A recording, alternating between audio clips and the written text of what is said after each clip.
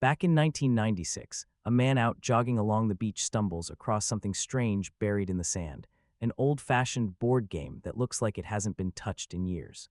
He takes it home and hands it to his teenage son, Alex. Alex is completely unimpressed. It's a board game after all, and those are basically extinct. He tosses it aside and spends the evening glued to his video game console instead.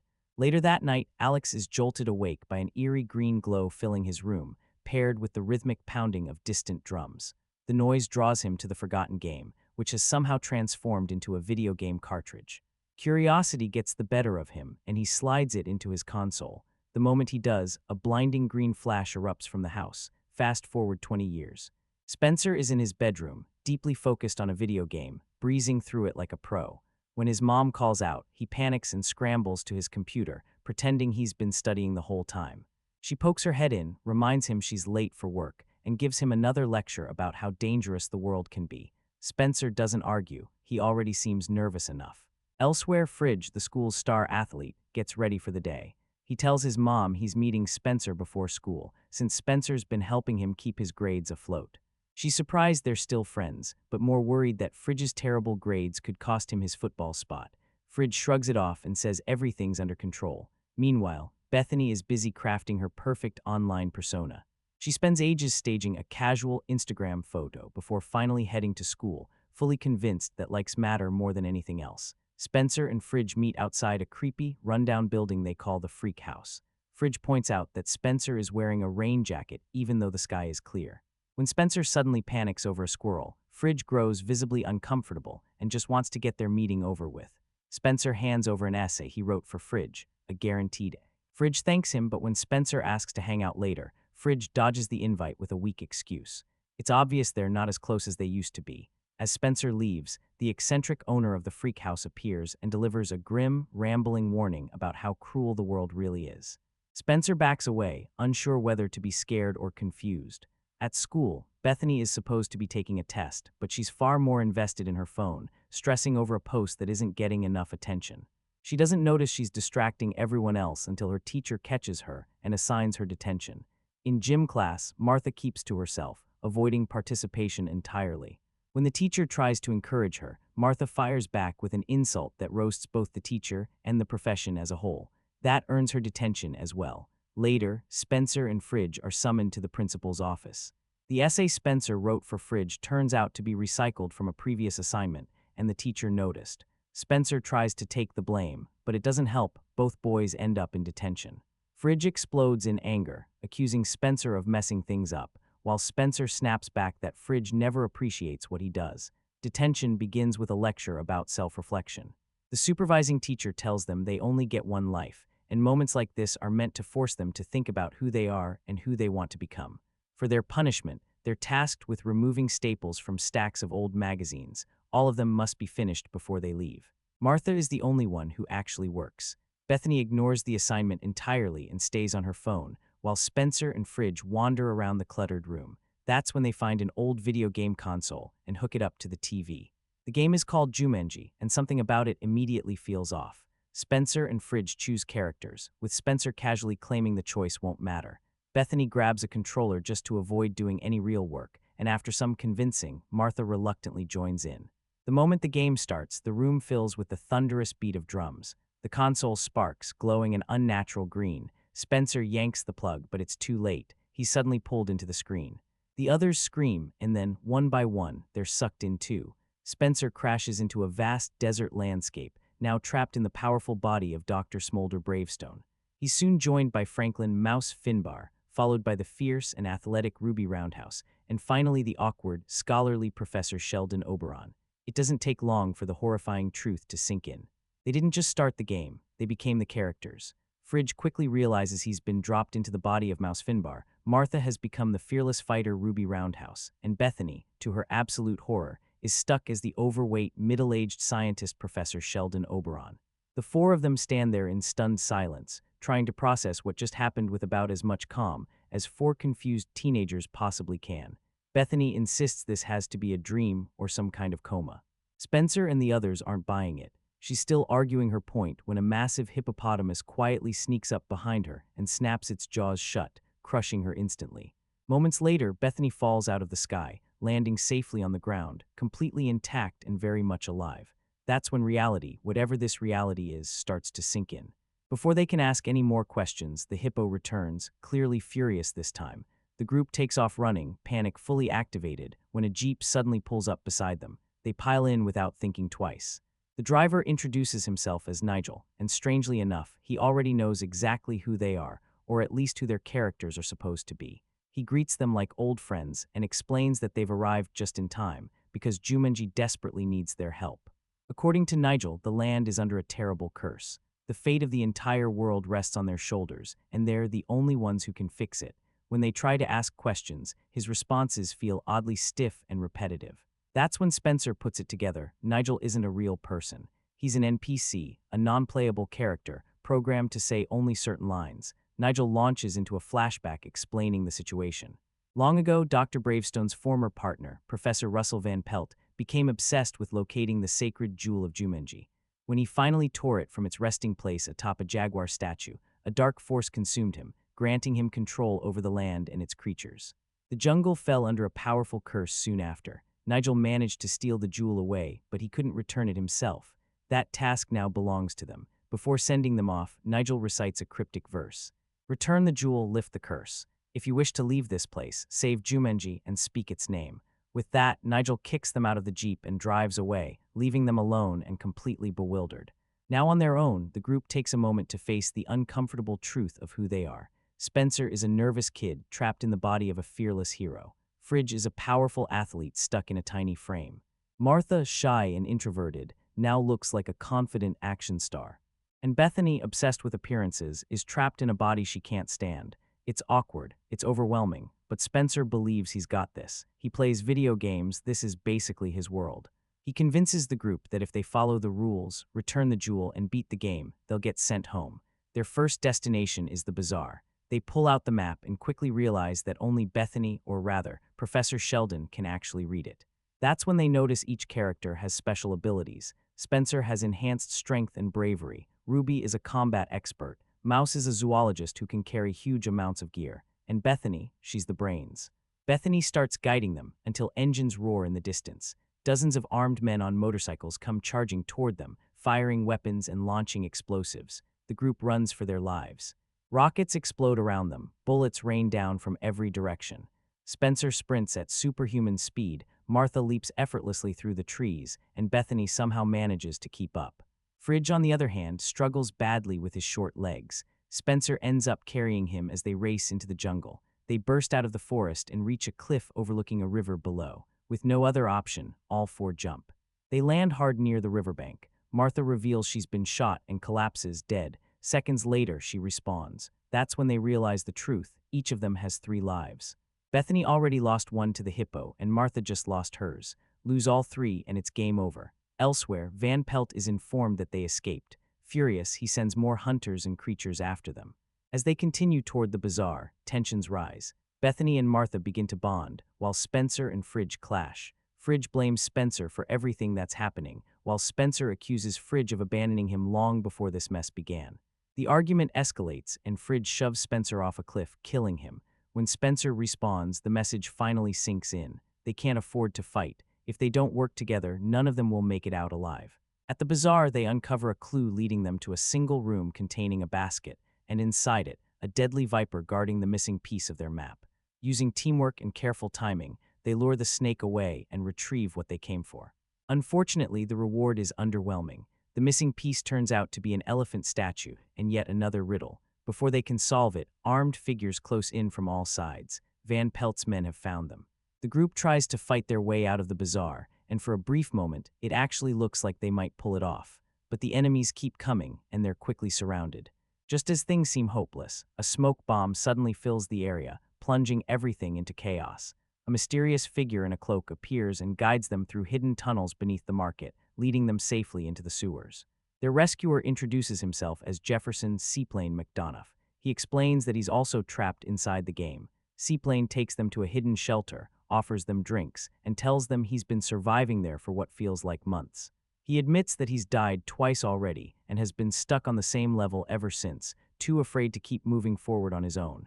That's when Bethany connects the dots. Seaplane isn't just another player, he's the missing piece they were searching for. With him on their team, finishing the game might actually be possible. Their next challenge is a guarded hangar bay. Two heavily armed men stand between them and a helicopter they need to escape. The group decides to send Martha in first as a distraction. Bethany coaches her from afar, giving advice on how to use charm to throw the guards off. It sounds ridiculous, but they're out of options. As Martha approaches, Seaplane casually drops a few phrases that sound way out of date. That's when the truth comes out. He's actually Alex Vreek, the teenager who vanished after finding the game decades earlier. While they process this, Spencer quietly admits to Fridge that he has feelings for Martha. Fridge encourages him to do something about it, but Spencer immediately chickens out.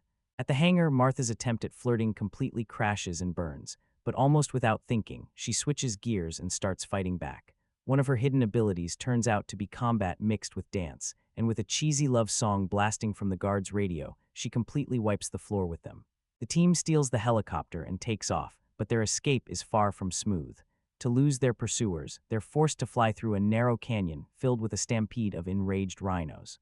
The animals slam into the helicopter, shaking it violently. In the chaos, Fridge accidentally drops the sacred jewel. With no choice, they turn back. To retrieve it, Spencer throws Fridge out of the helicopter to distract the rhinos. Fridge is immediately trampled, losing a life, while Spencer sneaks in and grabs the jewel. When Fridge respawns midair, Spencer manages to catch him before he hits the ground. Against all odds, they clear the canyon and make it through the level. Alex is overjoyed until a mosquito bites him, triggering one of his weaknesses. Without hesitating, Bethany sacrifices one of her remaining lives to save him, proving just how much she's changed. With a rare moment of calm, the group finally catches their breath. Bethany and Alex grow closer, while Spencer finally admits his feelings to Martha. The two share an awkward but sincere first kiss. That night, they arrive at their final destination, the massive jaguar statue where the jewel must be returned. A clear path leads straight to it, but Spencer decides to take a shortcut through the trees. Unfortunately, he spots a squirrel, panics, falls, and loses another life. It's clear now. The only way forward is together. Fridge steps up and comes up with a plan. He, Alex, and Bethany will distract Van Pelt and his army, while Spencer makes a break for the statue. The plan nearly falls apart when Van Pelt captures Bethany, holding a blade to her throat and demanding the jewel. Thinking fast, Fridge uses his zoology skills to summon an elephant, creating just enough chaos for Bethany to escape. The final push begins. Spencer races up the mountain on a motorcycle toward the statue. Meanwhile, Bethany finds herself trapped in a pit full of deadly cobras. With no other option, she allows herself to be bitten, sacrificing her last life. She vanishes, then reappears high in the air. As she falls, Bethany tosses the jewel toward Spencer. He catches it midair, lands on top of the jaguar statue, and slams the jewel back into its rightful place. With everything on the line, he shouts the game's name aloud. Jumanji. Instantly, the curse breaks. The land transforms, becoming peaceful once more. The five of them stand together, stunned that they actually pulled it off. Nigel arrives in his jeep, congratulating them and promising to send them home. Everyone agrees immediately, except Spencer, who's afraid of returning to his old, insecure self. With encouragement from Bethany, he finally accepts. Back in the real world, the four friends return to detention, barely believing the adventure is over. But Alex is missing. They rush to the freak house, only to find it completely restored. Inside, Alex is there, now grown up. He explains that he was sent back to the night he first entered the game and has been waiting ever since. The group laughs, amazed at how everything turned out. The experience changed all of them. Spencer is braver. Fridge finally cares about more than sports. Martha isn't alone anymore. And Bethany has learned how to care about people beyond herself. To make sure the game never traps anyone again, the four friends take the console into an alley and destroy it for good. Analysis: what if I told you that one of the most unexpectedly successful modern adventure movies started as a remake nobody asked for? When Jumanji, Welcome to the Jungle, was first announced, most people rolled their eyes. A reboot of a beloved classic, decades later, with a completely different tone, it sounded like the perfect recipe for disappointment, but then something surprising happened. Instead of copying the original, this movie changed the rules of the game, literally. Jumanji was no longer just a cursed board game. It evolved into a video game, complete with avatars, strengths, weaknesses, and extra lives. And that single creative decision changed everything. What makes this movie stand out isn't just the action or the comedy.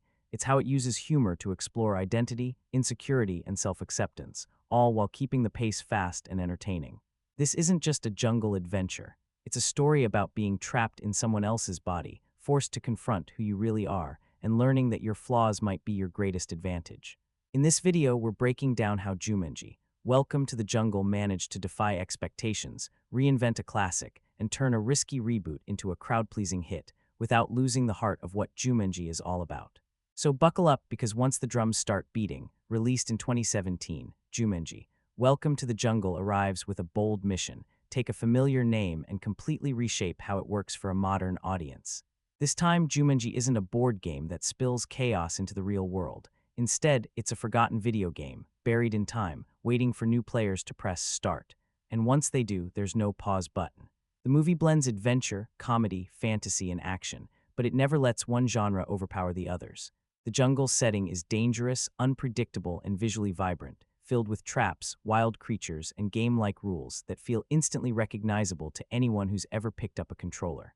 At its core, the premise is simple and spoiler-free. 4 ordinary teenagers are pulled into the world of Jumanji and forced to survive inside characters that are nothing like who they are in real life. Each avatar comes with special abilities and very specific weaknesses. To escape, they must finish the game. To finish the game, they must work together. And to work together, they must confront parts of themselves they've been avoiding. This setup gives the movie room to be funny, fast-paced, and self-aware, while still building real stakes. Every life matters, every choice counts, and every mistake has consequences. What makes this version of Jumanji work is that it doesn't try to be darker or bigger than it needs to be. Instead, it focuses on fun, clarity, and character, setting the foundation for an adventure that's easy to enjoy, but smarter than it looks. On the surface, Jumanji, Welcome to the Jungle looks like a straightforward adventure comedy, but that's only half the story. Yes, it delivers jungle action, fast-paced chases, and laugh-out-loud moments. But underneath the spectacle, the movie is quietly doing something smarter. It uses genre as a tool, not a crutch. At its core, this film blends adventure, comedy, fantasy, and light action, but the real engine driving the story is character-based humor. The jokes don't just come from situations, they come from identity clashes, people trapped in bodies that don't match who they think they are. The central theme is self-acceptance. Every character enters the game carrying insecurity about their appearance, their social status, their intelligence, or their confidence. Jumanji doesn't erase those flaws, it exaggerates them. And by doing that, the movie turns comedy into a mirror. There's also a strong theme of identity versus perception. Strength doesn't always look powerful. Confidence doesn't always come from muscles. And heroism isn't about dominance, it's about growth. Emotionally, the tone stays light and accessible, but it never feels empty. The film knows its audience. It's designed for younger viewers who want fun and energy, while still offering adults something relatable beneath the laughs. That balance is what makes the movie work. It doesn't talk down to its audience, and it doesn't overcomplicate its message. It lets the jungle adventure entertain you, while quietly reminding you that sometimes the person you're trying to become is already there. The story begins in the real world, with 4 high school students who couldn't be more different. They come from separate social circles, carry different insecurities, and have nothing in common except one thing: detention. While cleaning out an old storage room, they stumble upon a forgotten video game console. No instructions, no warnings, just a name on the screen: Jumanji. The moment the game starts, reality disappears. The teenagers are pulled into a massive jungle world, dangerous, alive, and governed by video game rules. But the real shock isn't the environment, it's who they've become. Each of them is trapped inside an avatar that represents the opposite of their real-life identity. The shy kid is now a fearless action hero. The confident athlete is suddenly small and vulnerable. Strength, intelligence, and charisma are redistributed in ways none of them expected. As they explore the jungle, they quickly learn the stakes. This isn't a game you can quit. Death has consequences. Lives are limited. And survival depends on understanding the rules, both of the world and of each other. Every obstacle pushes the group closer together. What starts as panic slowly turns into strategy. What begins as mockery becomes respect. And what feels like a punishment turns into a test of character. The deeper they travel into Jumanji, the more the game forces them to confront who they really are, not who they pretend to be at school, but who they are when stripped of status, labels, and comfort. By the time they realize how to win, they've already changed. And escaping the jungle is no longer just about finishing the mission. It's about proving they've grown enough to deserve a second chance. By the time the story reaches its final moments, one thing becomes clear: Jumanji was never just about winning a game. The final confrontation isn't simply a test of strength or skill. It's a test of everything the characters have learned since entering the jungle. Every failure, every lost life, Every moment of doubt has been preparing them for this choice. What actually happens in the end is simple on the surface. The mission is completed, the curse is lifted, and balance is restored to Jumanji. But the meaning runs much deeper. Each character succeeds not by becoming someone else, but by finally accepting who they are. The confidence they borrowed from their avatars doesn't vanish, it becomes internal.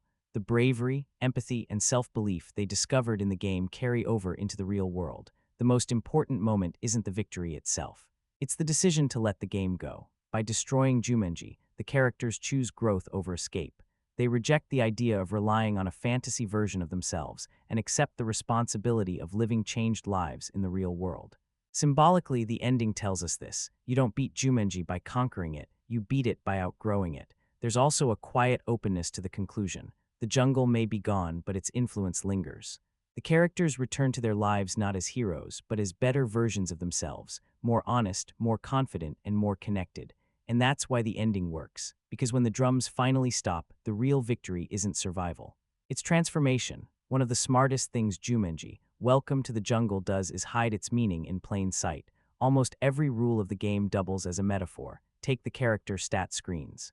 Strength, speed, courage, weaknesses. These aren't just gameplay mechanics. They're exaggerated reflections of who the characters are on the inside. What looks like power is often insecurity wearing a costume, and what looks like weakness is usually untapped potential. Even the concept of limited lives carries weight. Each death isn't just a reset, it's a reminder that recklessness has consequences. The movie quietly teaches growth through failure, not success. The jungle itself is symbolic. It's unpredictable, hostile, and constantly changing, much like adolescence. You can't control it, you can only adapt. And the deeper the characters go, the more the environment forces honesty, stripping away social masks and comfort zones. There are also subtle callbacks to the original Jumanji. Familiar warning signs, thematic echoes, and narrative parallels appear throughout the film, not to copy the past, but to acknowledge it. The danger isn't nostalgia, it's stagnation. Even the non-playable characters behave like classic video game NPCs, repeating dialogue, waiting for player input, and existing only to guide the mission. It's played for laughs, but it reinforces the idea that this world isn't alive until the characters grow within it. The biggest hidden detail of all, Jumanji doesn't change people, it reveals them, and once you notice that, the movie stops being just an adventure and starts feeling personal. What makes Jumanji, Welcome to the Jungle even more interesting is what happened behind the camera. This movie wasn't supposed to be a hit. Early expectations were modest at best. Many assumed it would lean heavily on nostalgia and fade quickly. Instead, smart creative choices completely reshaped its trajectory. One of the most important decisions was casting against type. The humor wasn't built around actors playing themselves. It came from deliberate role reversals. Performers studied teenage mannerisms, speech patterns, and body language to make the avatars feel like real people trapped in unfamiliar bodies. A large portion of the comedy was also allowed to breathe. Several scenes were built around controlled improvisation, giving interactions a natural rhythm instead of feeling scripted. That freedom is why many jokes feel spontaneous rather than forced. Physically, the film demanded more than it let on. Despite the comedic tone, training involved stunt work, endurance prep, and learning how to sell action without breaking character. The goal wasn't realism, it was consistency within the game's rules. There were also ideas that never made the final cut. Early drafts explored darker consequences for failure inside the game, but the filmmakers ultimately chose clarity and fun over heaviness, keeping the experience accessible without losing stakes. Behind the scenes, the biggest risk turned out to be the movie's greatest strength, trusting the concept. By leaning fully into the game mechanics instead of apologizing for them, the film found its voice. And that confidence is exactly what audiences responded to. Any movie that carries a legacy title invites comparison, and Jumanji, Welcome to the Jungle, is no exception. The most obvious comparison is with the 1995 Jumanji. That film treated the game like a horror-adjacent force, chaotic, mysterious, and uncontrollable. The danger spilled into the real world, turning everyday spaces into battlegrounds. Welcome to the Jungle flips that idea. Instead of chaos entering reality, people willingly enter chaos. Tonally, the difference is clear. The original leaned darker and more unpredictable. The 2017 film leans self-aware, comedic, and character-driven. It's less about fear and more about growth. Neither approach is wrong, they're simply designed for different generations. The movie also sits alongside other trapped-in-a-game stories, but where many similar films focus on spectacle or survival alone, Welcome to the Jungle puts its energy into identity-based storytelling. The game isn't just something to beat, it's something to learn from. Compared to other modern reboots, this one stands out by not copying what came before. It doesn't try to recreate iconic moments shot for shot. Instead, it updates the premise to match how audiences interact with games today. Where the film may fall short is in mystery. The world of Jumanji is more explained, more structured, and less eerie than the original. But that trade-off allows for tighter pacing, clearer rules, and stronger comedic timing. In the end, Welcome to the Jungle doesn't replace the original, it reinterprets it, and that distinction is why the comparison works in its favor. When Jumanji, Welcome to the Jungle finally hit theaters, the reaction surprised almost everyone. Audiences walked in skeptical. A reboot of a childhood favorite rarely inspires confidence. But word of mouth spread fast, and it wasn't ironic praise. People were genuinely having fun. Viewers responded strongly to the cast chemistry, the humor, and the surprisingly heartfelt character arcs. For many, the movie exceeded expectations simply by understanding what it wanted to be. It didn't chase prestige. It chased entertainment with purpose. Critics, on the other hand, were more divided. While many praised the film's energy and reinvention of the concept, some pointed out familiar story beats and a predictable structure. But even among mixed reviews, one point kept coming up again and again. The movie was far better than it had any right to be.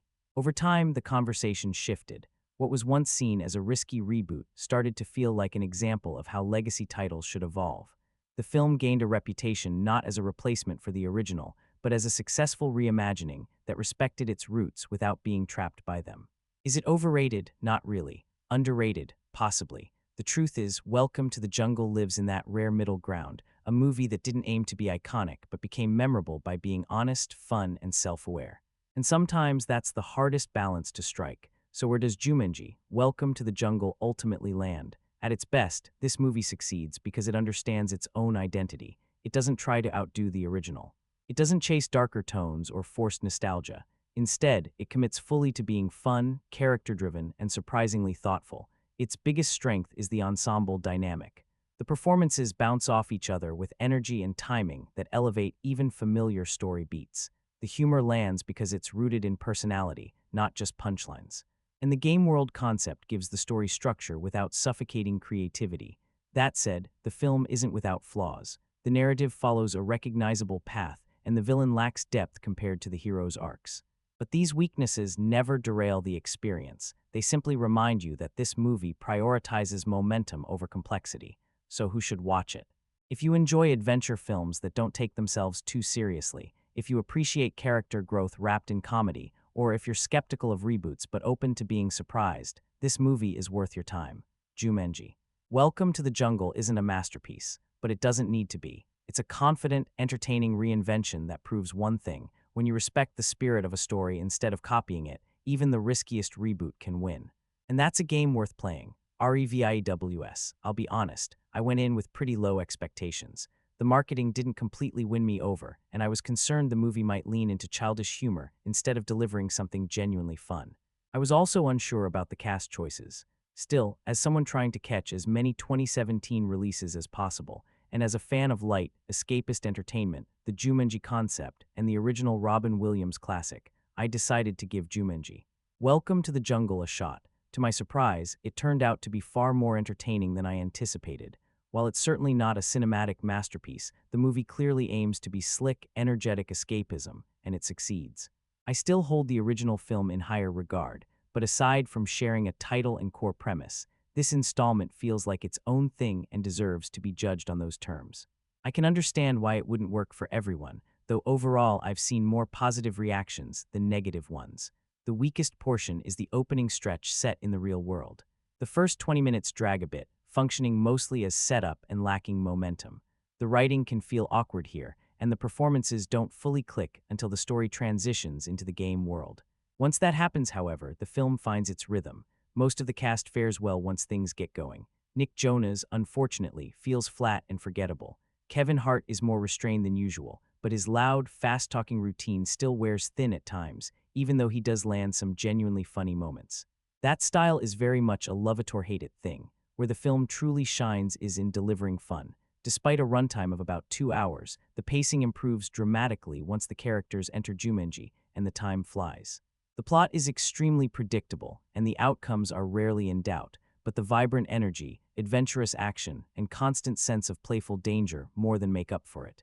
The script balances humor with unexpected warmth, and while Hart's profanity pops up, it never crosses into obnoxious or juvenile territory. The visual effects are impressive, the jungle world is colorful and immersive, and the direction is confident and lively. The score is upbeat and memorable, and the finale is surprisingly heartfelt without feeling forced. There's even a subtle nod to Robin Williams and Alan Parrish that longtime fans will appreciate if they're paying attention. Dwayne Johnson delivers exactly what you expect: charisma, intensity, and star power. It's familiar territory for him, but he handles it well. Karen Gillan more than keeps pace with her co-stars, bringing charm, confidence, and humor to her role. Her scene learning how to flirt and dance is a standout moment. Bobby Cannavale makes for a suitably intimidating villain, though he isn't given quite enough to do. Jack Black, however, absolutely steals the movie. His comedic timing is impeccable, his best material comes in rapid succession, and this may be his strongest performance since School of Rock. The character dynamics are a major highlight. The setup places four very different teenagers in detention. Spencer is caught doing homework for his former friend Fridge, Bethany is glued to her phone during a test, and Martha lashes out at her PE teacher. While cleaning out a basement room, they stumble across an old video game console, Jumanji. Once activated, they're sucked into the game and assigned avatars that are the complete opposites of who they are in real life. Spencer becomes the muscle-bound Dr. Smolder Bravestone, Fridge is turned into a pint-sized zoologist, Bethany finds herself trapped in the body of a middle-aged male professor, and Martha transforms into a fierce, agile fighter.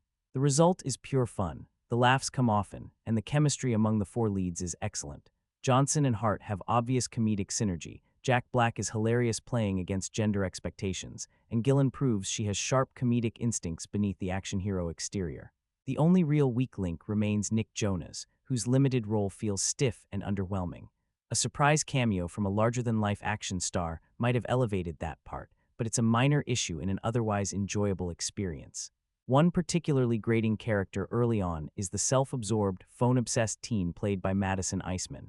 She's intentionally obnoxious, and those few minutes are hard to sit through, though thankfully brief, as she quickly transitions into Jack Black's avatar.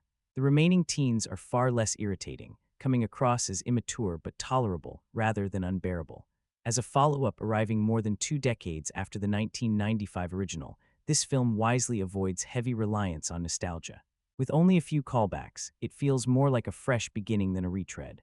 Watching the characters inhabit bodies that are the exact opposites of their real selves adds a layer of poetic justice, especially when the popular girl suddenly has to cope with being someone completely different.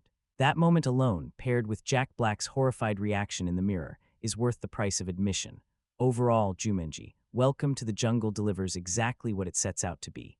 An energetic, funny, family-friendly adventure that doesn't take itself too seriously, and that's what makes it work. This time around, the story trades suburban chaos for full-on jungle mayhem, which instantly gives it a different flavor. Watching grown actors convincingly channel awkward teenagers is half the fun, especially when Jack Black's character meets a particularly absurd fate involving a hippo, learns some very questionable life lessons, and serves as a hilarious commentary on social media obsession and toxic popularity culture.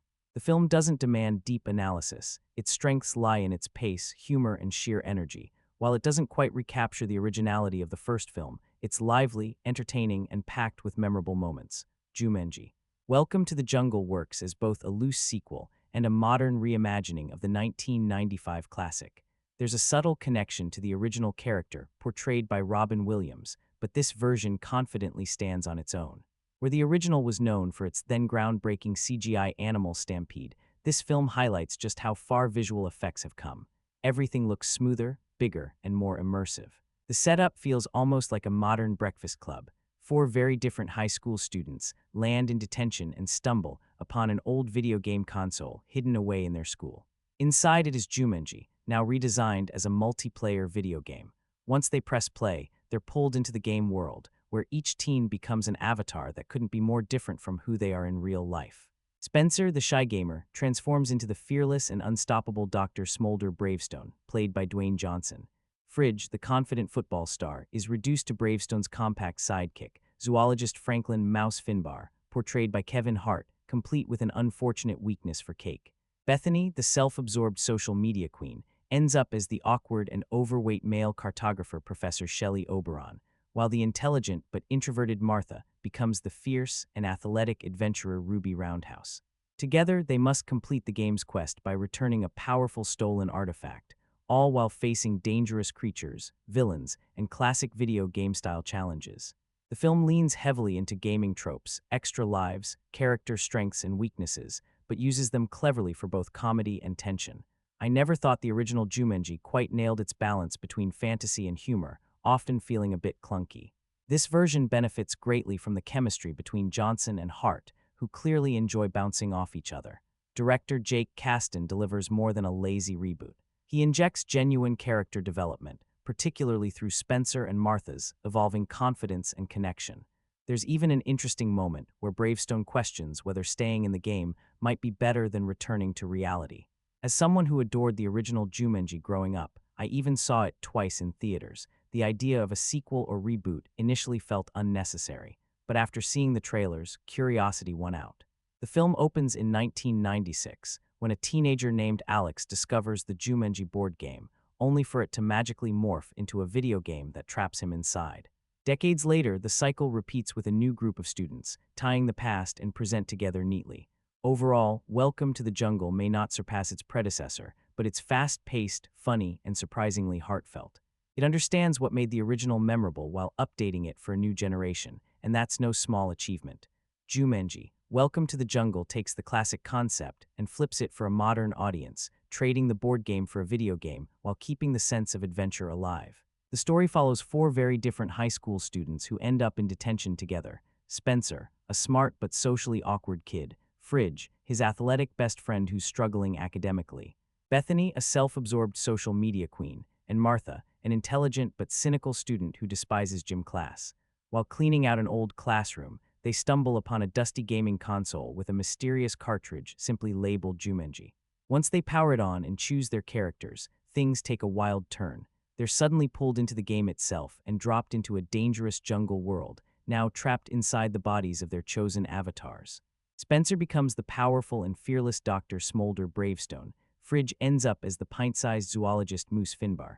Bethany is shocked to find herself transformed into the middle-aged Professor Shelley Oberon, and Martha emerges as the highly skilled fighter Ruby Roundhouse. Each avatar comes with specific strengths, weaknesses, and most importantly, a limited number of lives. To escape, the group must survive a series of increasingly dangerous levels and return a precious gem known as the Jaguar's Eye to its rightful place. Along the way, teamwork becomes essential as they face deadly wildlife, hostile enemies, and the relentless hunter Van Pelt and his forces. One by one, lives are lost through mishaps, poor choices, and surprise attacks, raising the stakes as the game progresses. Midway through their journey, the players encounter a fifth character, Alex, an experienced gamer who has been stuck inside Jumanji for decades. His avatar, pilot Jefferson Seaplane McDonough, has survived alone by hiding in a treehouse originally built by a previous player. With only one life left, Alex is stunned to learn how much time has passed in the real world. The group quickly bonds with him and promises to help him finally escape the game. During a risky helicopter mission to reach the massive Jaguar statue, tragedy nearly strikes when Alex loses his final life after a seemingly minor injury. In a touching moment, Bethany saves him by performing CPR, unknowingly sacrificing one of her own lives to bring him back. It's a key turning point that highlights how much the characters have grown since entering the game. The final showdown sees all five players combining their abilities to outwit Van Pelt and his guards. Through clever distractions and teamwork, they manage to return the jewel, call out the game's name, and bring the adventure to an end.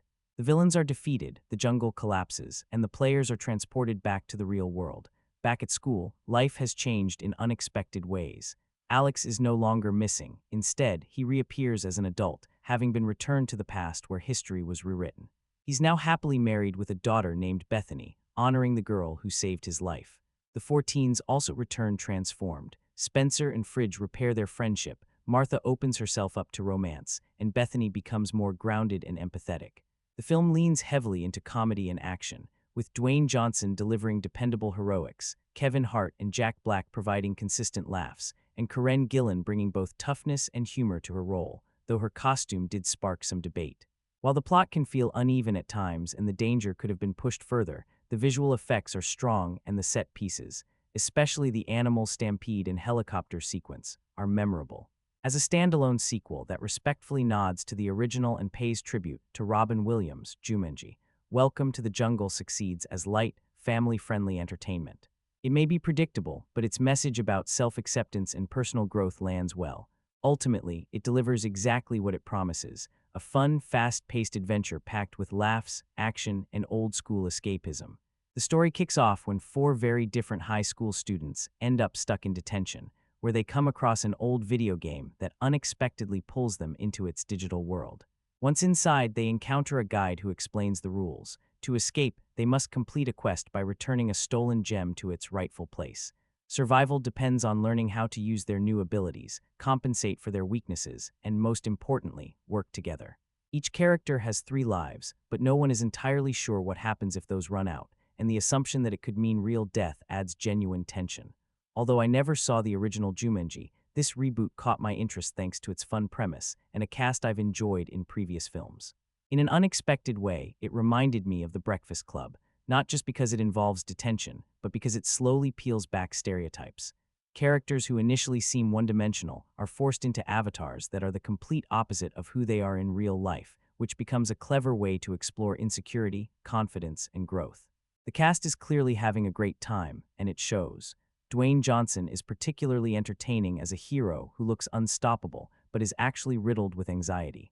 Jack Black steals many scenes by portraying a teenage girl trapped in a middle-aged man's body, and the performance is played for laughs without becoming mean-spirited. Kevin Hart and Karen Gillan also shine, balancing comedy with surprisingly solid character moments. From an action standpoint, the film delivers exactly what it promises. The CGI is convincing, the set pieces are energetic, and the lush Hawaiian landscapes do a fantastic job of selling the dangerous world of Jumanji. The villain is fairly thin, but that actually works within the story. After all, this is a video game, and the non-player characters are intentionally limited and repetitive for comedic effect. What really elevates the movie is how well it understands video game logic. From visible life counters to explanations of cut scenes, the film leans into gaming mechanics instead of ignoring them. The mystery surrounding what happens after the final life is lost never feels like a plot hole. Instead, it adds suspense for both the characters and the audience. Director Jake Kasdan may not be known for massive blockbuster spectacles, but his strength lies in comedy and character interaction, and that's where the film succeeds most. The action is competent rather than groundbreaking, but the performances and humor do the heavy lifting. The movie also cleverly plays with audience expectations by flipping the usual personas of its stars, letting them stretch in unexpected ways. While the plot doesn't offer many surprises, it doesn't really need to. The mix of adventure, humor, and likable characters keeps things moving at a fun pace. Even potentially awkward jokes, like a teenager adjusting to life in a different body, are handled with enough care to avoid crossing into offensive territory. Overall, this turned out to be a pleasant surprise. What could have been a forgettable remake instead becomes a genuinely entertaining adventure. Fans of classic action films in the Indiana Jones vein, or anyone looking for a smart, funny crowd pleaser, will likely walk away satisfied. This movie works largely because the script is smarter than it has any right to be. You can feel how much effort went into squeezing humor and character development out of the premise, and for the most part, it pays off. The writing finds comedy not just in jokes, but in contrast, who these characters think they are versus who they become once they're thrown into chaos. Every major cast member gets something meaningful to work with, even if some arcs are more obvious than others. Still, the underlying message lands. Growth comes from looking past surface-level labels and confronting the traits that hold you back, whether that's selfishness, overconfidence, or plain arrogance. That said, the humor doesn't always hit with equal force. One character, in particular, is stuck playing a single exaggerated note for much of the runtime, and while it's funny at first, it starts to wear thin when the writing doesn't give them anything clever to do with it. Surprisingly, another cast member, often known for loud, broad comedy, ends up delivering sharper and more effective laughs, either because the material suits them better or because they lean into audience expectations more strategically. Midway through the story, a new character is introduced to raise the stakes and add intrigue, and while this addition makes sense narratively and ties nicely into the film's setup, the performance itself doesn't quite stand out compared to the rest of the ensemble. This might be less about weakness and more about how strong the core cast already is. The film isn't without its logic gaps. Certain game mechanics are introduced without much explanation and then never really addressed again, which may frustrate viewers who think too hard about the rules. The action sequences are competently staged but rarely memorable, serving the story rather than elevating it. There's nothing visually groundbreaking here, it works, but it doesn't surprise. Still, what makes the movie enjoyable is the clear sense that everyone involved actually cares. The performances feel engaged, the dialogue has intention, and the characters evolve in believable ways within the boundaries of a family-friendly adventure. If the trailer didn't completely turn you off and you enjoy the cast, there's a good chance you'll walk away more entertained than expected. It's not a must-see blockbuster, but it's a solid, fun alternative, the kind of movie you put on when you're in the mood for something light but not completely empty.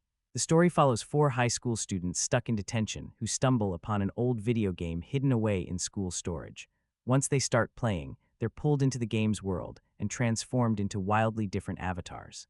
The shy brainiac becomes a fearless action hero. The cocky athlete is reduced to a pint-sized sidekick. The self-absorbed popular girl finds herself trapped in the body of a middle-aged male academic. And the quiet overachiever becomes a confident, highly skilled fighter. To escape, they must finish the game, but with only a limited number of lives, every mistake comes at a cost. As someone who enjoyed the original film years ago, I went in wary of how a modern revival might affect its legacy. Thankfully, this entry doesn't try to replicate the past. Instead of magical chaos spilling into the real world, it embraces a fast-paced, video game-inspired structure that leans harder into comedy than suspense. The humor drawn from the clash between real personalities and in-game avatars is consistently effective, and the film has fun poking at video game tropes along the way. The cast fully commits to the absurdity, and while some performances are intentionally over the top, the tone demands it. One standout moment involves an awkward attempt at flirtation that perfectly captures the film's willingness to laugh at discomfort rather than avoid it. Even the more cartoonish CGI elements feel appropriate given the digital setting. This is ultimately popcorn entertainment, predictable, occasionally messy, but far more enjoyable than expected. It may not reach greatness, but it's confident, self-aware, and surprisingly thoughtful beneath the jokes. For a modern reimagining of a beloved property, that's more than enough. Jumanji. Welcome to the Jungle wisely avoids leaning too hard on easy nostalgia or constantly reminding viewers that it follows a beloved 1990s classic. Instead of endlessly referencing the Robin Williams film, it establishes its own identity, borrowing more from modern action comedies than from the whimsical tone of the original Jumanji. Whether that works or not largely depends on what audiences expect going in. This sequel moves even further away from Chris Van Allsburg's original book, keeping only a handful of nods to justify its connection and to lure longtime fans back into the jungle. One of the biggest changes is the nature of the game itself. Jumanji is no longer a dusty board game. It has evolved into a video game, adapting to a new generation of players. This update initially felt like it might strip away the magic that defined the original, but the film smartly explains the shift, presenting Jumanji as a game that constantly reinvents itself in order to be played. The movie is clearly divided into two halves: the real world, where we meet the characters as ordinary teenagers, and the game world, where they reappear as exaggerated avatars with unique abilities and weaknesses. Director Jake Kasdan wastes no time introducing the four leads, setting up their personalities and flaws with a brisk, playful rhythm reminiscent of classic teen films like The Breakfast Club and Mean Girls. Their detention mishap leads them straight into the updated version of Jumanji, and once they choose their avatars, everything changes. Inside the game, each character is forced to confront a version of themselves that challenges how they see their place in the real world. The central mission, defeating the villainous Van Pelt, played by Bobby Cannavale, is arguably the film's weakest element. He's a fairly forgettable antagonist who eventually feels more like an accidental parody than a genuine threat. Still, the focus is clearly not on the villain, but on the journey and character dynamics. Unlike the original film, which brought the jungle into reality, this sequel keeps the action almost entirely within Jumanji itself. This decision preserves a sense of originality and allows the film to further explore the world Alan Parrish once survived, while subtly honoring both the character and Robin Williams with a respectful and emotional musical cue. At its core, Welcome to the Jungle functions as a tribute, not through imitation, but through spirit. One of the script's smartest choices is flipping character roles for comedic effect. The shy, awkward teens become confident, powerful heroes like Dr. Smolder Bravestone, Dwayne Johnson, and Ruby Roundhouse, Karen Gillan, while the popular kids are stuck with less glamorous avatars. This body-swapping mechanic gives the cast plenty of room to play, and most of the early jokes land well. Watching Johnson react to his own over-the-top physique is amusing, but Jack Black is the undeniable standout. Playing a teenage girl trapped in a middle-aged man's body, Black delivers a performance full of sharp physical comedy and exaggerated mannerisms that never feel forced. He walks a fine line that could have easily become uncomfortable, yet somehow avoids crossing it, earning some of the film's biggest laughs. The humor throughout the movie is uneven. The Johnson-Kevin Hart pairing leans heavily on familiar territory, size jokes, frantic yelling, and crude humor. While serviceable, their dynamic feels like the least inventive aspect of the comedy. Gillian's character, however, adds a more thoughtful layer. Her frustration with her avatar's revealing outfit evolves into a subtle critique of how women are often sexualized in games and media, with clear echoes of characters like Lara Croft. Gillian balances humor, confidence, and self-awareness with ease, proving she can handle both action and comedy equally well. Overall, Jumanji, Welcome to the Jungle may not replicate the magic of the original, but it succeeds by carving out its own space, offering a modern, character-driven adventure that respects its roots without being trapped by them. While Jumanji, Welcome to the Jungle clearly leans into comedy, it often does so at the expense of strong action. When the film does attempt large-scale set pieces, they rarely leave a lasting impression. Explosions, chases, and combat exist, but mostly as background noise rather than memorable highlights. Fans of the original film, especially those who admired the tension and sense of danger crafted by Joe Johnston, may walk away feeling underwhelmed. This new version trades suspense for a lighter, more playful adventure that prioritizes humor above all else. The missions within the game world are loosely constructed, and the narrative itself is fairly disposable, moving toward a predictable and formula-driven conclusion. The mechanics of limited lives and character abilities are handled in an overly rigid way, feeling more administrative than dramatic. The villain, portrayed with a notable lack of enthusiasm, is thinly written, and much of his backstory is awkwardly delivered through cutscenes rather than meaningful interaction.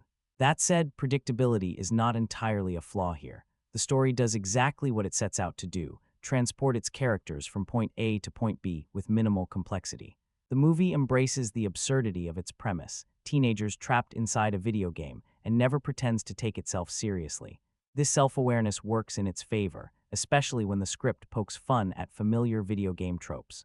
Expository NPC dialogue, awkward cutscene transitions, and exaggerated character stats are all used cleverly to generate laughs and highlight the quirks of gaming culture. Still, the film stumbles in several areas.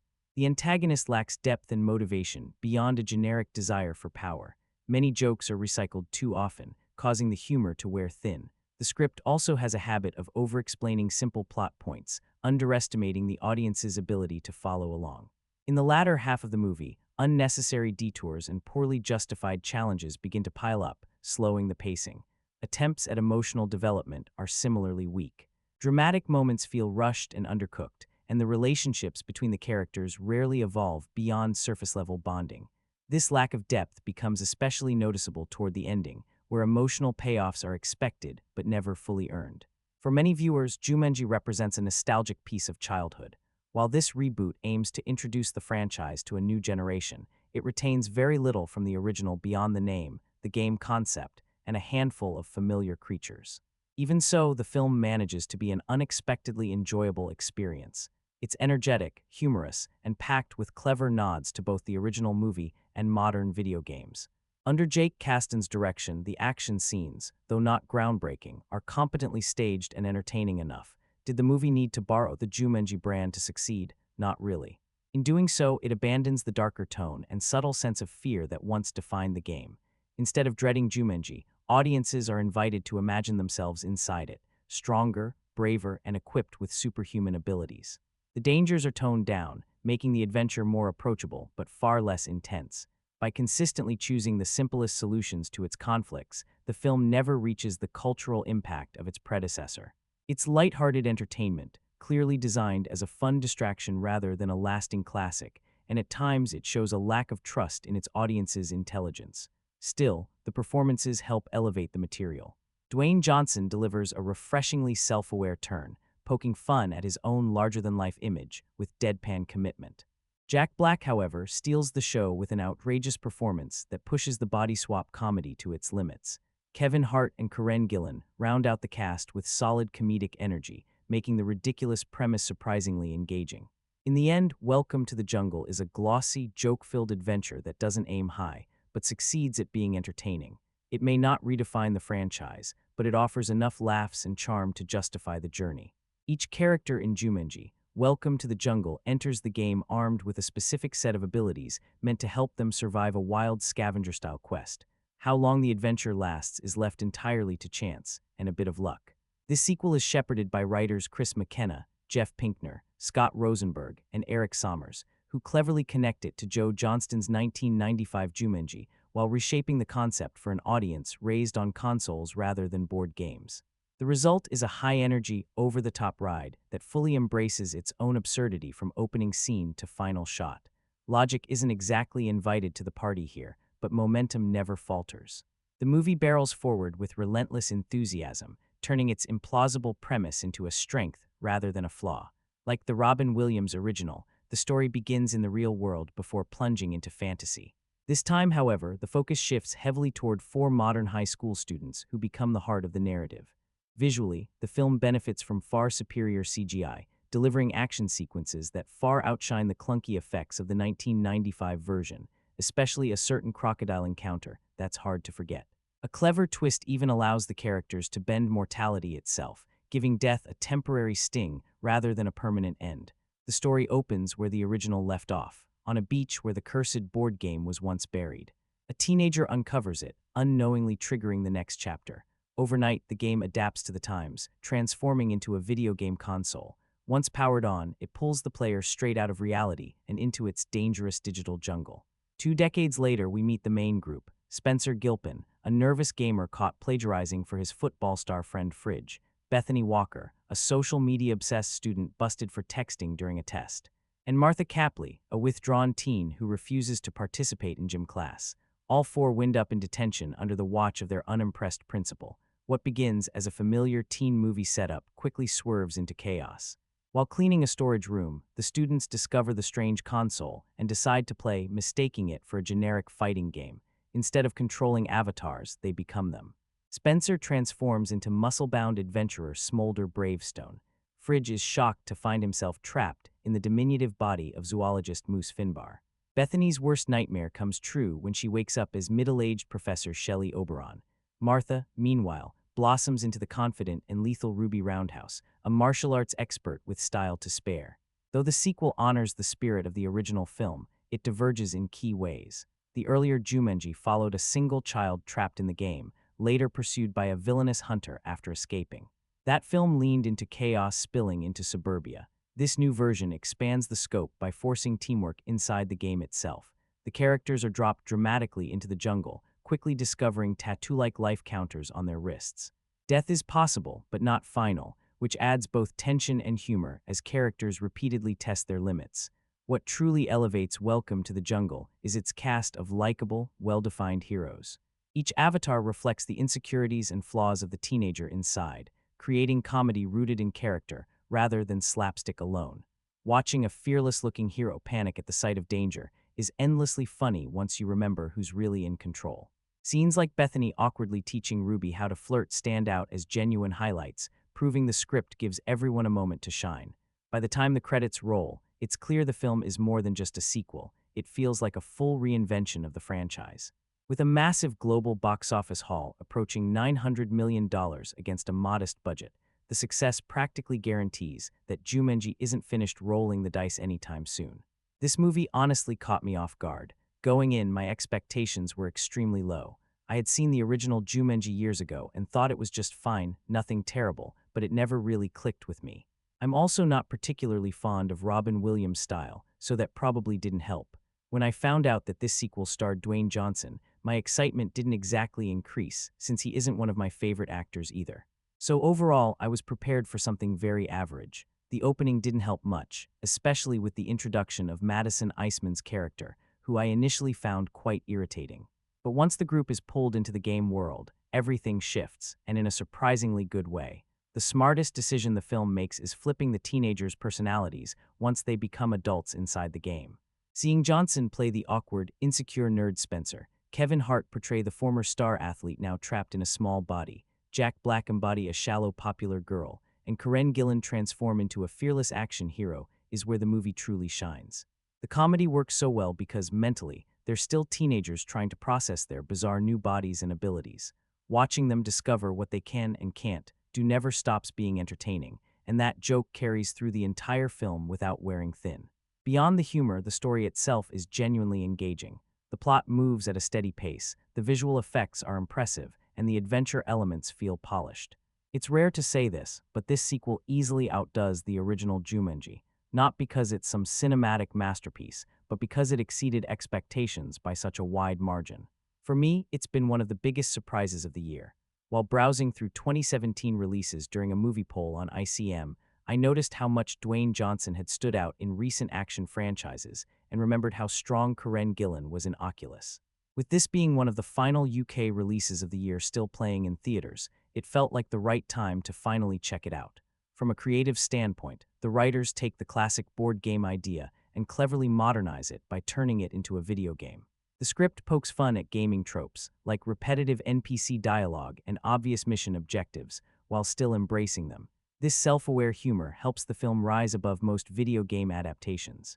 Rather than getting bogged down in heavy mythology, the story keeps things simple, letting the action, character dynamics, and comedy take center stage. Each challenge highlights how every character contributes something useful to the team. Director Jake Kasdan, following in his father's adventurous footsteps, makes excellent use of Hawaii's jungle landscapes to create a claustrophobic, high-stakes game environment.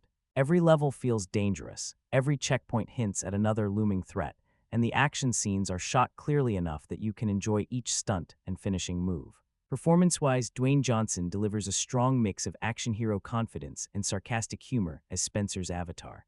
Kevin Hart and Jack Black bounce off each other brilliantly, while Karen Gillan clearly relishes her role as Ruby Roundhouse, balancing physical combat with sharp, understated one-liners. Together, the cast makes the jungle feel alive and unpredictable.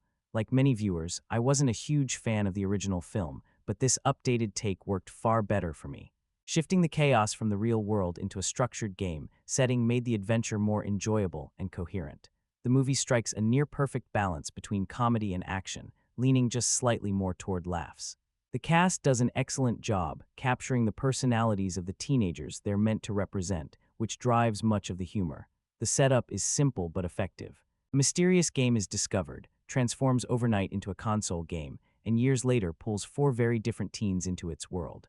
The nerd becomes a fearless explorer, the athlete turns into a reluctant sidekick, and the popular girl and shy outsider find themselves in completely unexpected roles.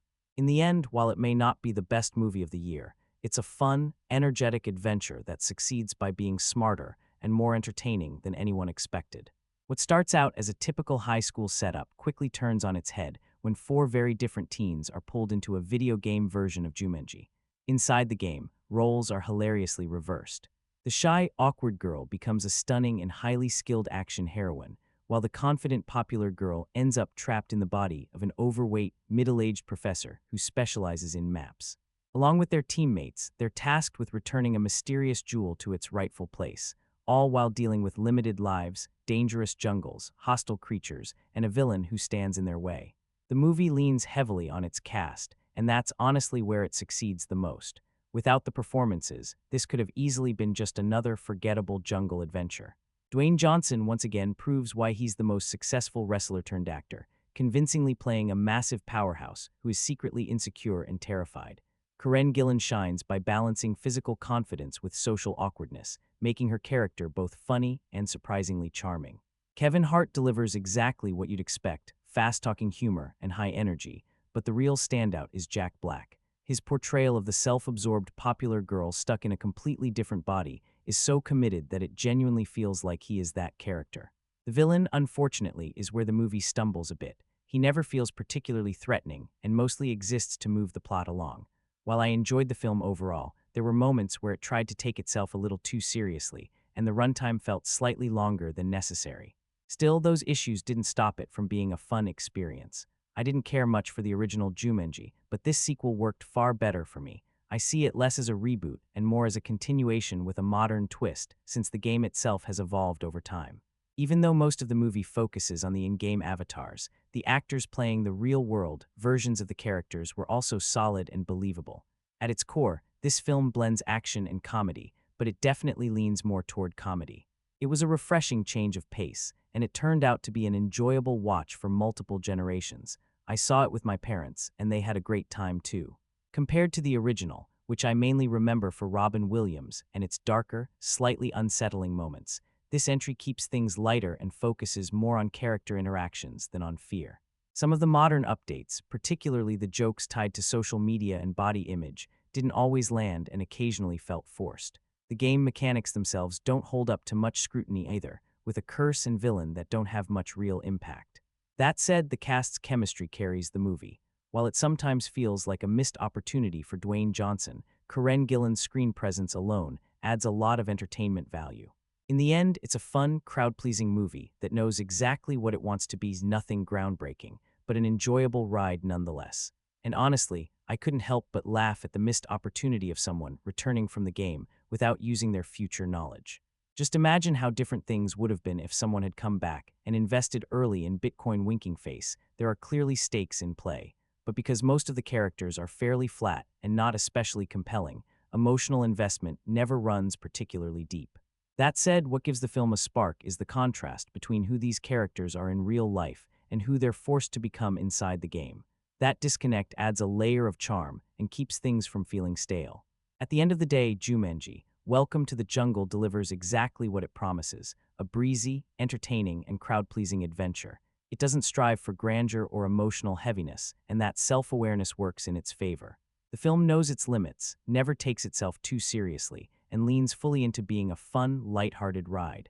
Considering my fairly low expectations going in, I was pleasantly surprised. This blockbuster turned out to be far more enjoyable than it had any business being. Late sequels released years after the original often struggle to connect with modern audiences. The original fans may have moved on, while newer viewers lack nostalgia. History hasn't been kind to these follow-ups, Basic Instinct 2, anyone. Against that backdrop, this film's success is impressive, especially since it manages to stand on its own without the presence of Robin Williams, whose performance was a defining part of the original. The premise has been smartly updated for a new generation. Instead of a magical board game, the story now revolves around a video game, an understandable shift, considering how few kids today would willingly sit down with dice and a board, though some of us still swear by Monopoly. When four high school students land in detention and discover an old gaming console in a dusty school basement, curiosity gets the better of them. Naturally, they decide to play, because nothing bad ever happens when teens kill time that way, right? The opening portion focuses on setting up the teenagers and their personalities, but once the game begins, everything changes. Each student is transformed into an in-game avatar. Older, stronger, more confident, and equipped with specific skills. From that point forward, we spend most of the movie with their adult forms, and when one of those forms looks like Dwayne Johnson, that's hardly a downside. What follows is a fairly familiar setup. Heroes dropped into a jungle world ruled by a villainous force, tasked with saving the land and surviving the game. On paper, it's standard action fare, but the film elevates this formula by embracing video game logic and poking fun at it relentlessly. Extra lives, bottomless backpacks, arbitrary strengths and weaknesses, it's all there, and the film has a great time calling attention to these tropes. Still, flashy action and clever gags wouldn't mean much without strong performances. The adult cast deserves a lot of credit, as they're not just playing heroes, they're playing teenagers playing heroes, who themselves are exaggerated game characters. That's a tricky balancing act, and it mostly works thanks to the cast's commitment. While Dwayne Johnson is reliably charismatic, the real standout is Jack Black, who takes on the role of a teenage girl trapped in a middle-aged man's body. It sounds ridiculous, and it is, but his performance is pitch-perfect and often hilarious, stealing scenes with ease. Surprisingly, the film also allows room for character growth. Beneath the jokes and action, the teens actually go through meaningful changes, emerging as better versions of themselves by the end. It's not deep, but it's sincere, and more than you might expect from a movie built around game mechanics. If you're just looking for a turn-your-brain-off action comedy, this movie delivers. But if you're a gamer, there's an extra layer of enjoyment in seeing so many familiar tropes lovingly teased. And finally, a nod to the ending.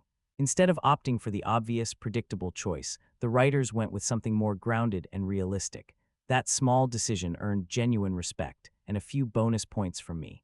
a modern follow-up to the 1995 adventure classic, Jumanji. Welcome to the Jungle may not capture the timeless magic of the original, but it delivers exactly what it promises: fast-paced fun, colorful action, and plenty of laughs. Designed as a family-friendly holiday entertainer, the film succeeds more often than not, making it a solid pick for a relaxed weekend watch. The story centers on four high school students who accidentally find themselves pulled into the world of Jumanji, this time reimagined as a video game. Inside the game, they're transformed into wildly different avatars and must complete the mission to escape back to reality. The movie smartly takes its time establishing who these teenagers are before the adventure begins, and that groundwork pays off once the game starts. Watching their real personalities clash with their in-game identities becomes one of the film's biggest strengths. Casting is where the movie truly shines. Dwayne Johnson plays against his usual tough guy image, portraying a powerful avatar who's ironically terrified of almost everything. His charm and comedic timing continue to improve with every film, and here he proves once again that he's more than just muscle. Kevin Hart, often hit or miss for some viewers, is surprisingly effective, delivering sharp one-liners and physical comedy that land far more often than expected. Karen Gillan brings both style and strength to her role, handling action sequences with confidence and adding humor through her character's self-aware moments. Her fight scenes are energetic, and she easily holds her own alongside her co-stars. Nick Jonas makes a likable impression as well, while the teenage actors outside the game give the story its emotional grounding. However, the true standout is Jack Black. Playing a teenage girl trapped in an adult male avatar, Black fully commits to the role with impeccable comedic instincts. From his exaggerated body language to his priceless reactions to the character's physical changes, his performance is consistently hilarious. It's a reminder of just how skilled he is when it comes to character-driven comedy, and he earns the loudest laughs throughout the film. From a technical standpoint, the movie keeps things moving at a brisk pace once it gets going. The action is clean and easy to follow, the visuals are bright and appealing for younger audiences, and the video game mechanics, such as multiple lives per character, add a clever layer to the storytelling without overcomplicating things. Importantly, the film wastes no time once the setup is complete, avoiding the common trap of dragging out the transition into the fantasy world. The film isn't without flaws. The villain is fairly generic and lacks depth, serving more as an obstacle than a memorable antagonist. But given the movie's lighthearted, family-oriented goals, this shortcoming is easy to overlook. Ultimately, Jumanji: Welcome to the Jungle works because it doesn't try to outdo or replace the original. Instead, it respects what came before while updating the concept for a new generation. With confident direction, lively performances, and a clear understanding of its audience, the film delivers a genuinely enjoyable experience. If you're looking for an entertaining, laugh-filled adventure that doesn't take itself too seriously, this one's worth the trip. Reinventing Jumanji as a video game turns out to be a smart and surprisingly effective move. That single change instantly explains the modern tone, the fast-paced humor, and the game-style rules that drive the story forward. The body-switching mechanic isn't just a gimmick either. It becomes the engine for both comedy and character development. Each teenager enters the game carrying their own flaws, insecurities, or inflated egos, and the avatars they're forced to play push them to face those issues in entertaining and often heartfelt ways. The cast is a major reason the film works as well as it does. Dwayne Johnson, Kevin Hart, Jack Black, and Karen Gillan fully embrace the ridiculousness of the premise, and that commitment elevates every scene. Jack Black stands out in particular, delivering a performance that balances humor with genuine warmth.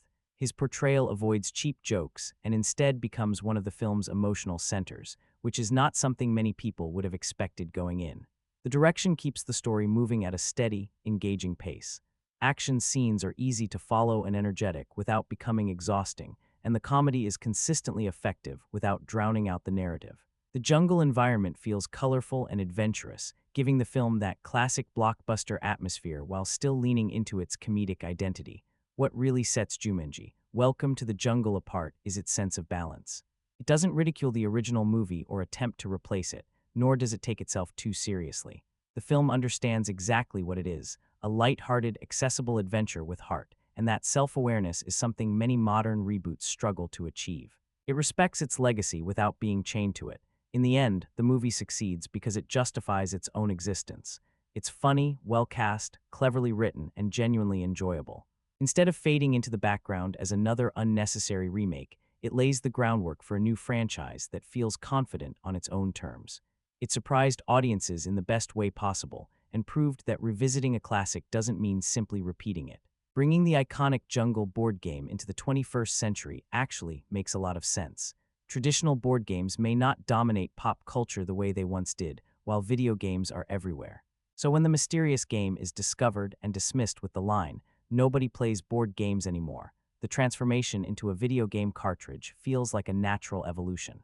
It's the movie's way of staying relevant in a modern world. The story centers on four familiar high school archetypes: the nerd, the athlete, the popular girl, and the socially awkward outsider. But once they're pulled into the game, those labels are flipped on their heads. The quiet nerd becomes a fearless, muscular leader. The jock turns into a cautious zoologist weighed down by a backpack, and one of the girls ends up inhabiting the body of a middle-aged man, played fittingly by Jack Black. The humor that comes from these role reversals is a constant source of entertainment.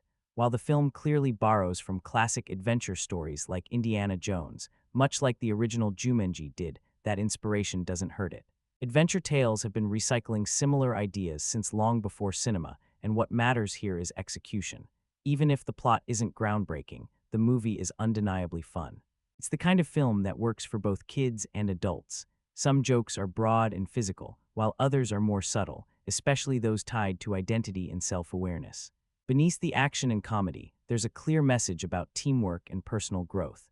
It's also the sort of adventure where you can relax, enjoy the ride, and not overthink every detail. Dwayne Johnson deserves special mention for his performance, playing a socially awkward teen trapped inside the body of a classic Hollywood action hero. That contrast adds another layer of comedy and charm, rounding out a movie that's far more entertaining than it has any right to be. When I first sat down to watch this movie, I was almost certain I was going to hate it.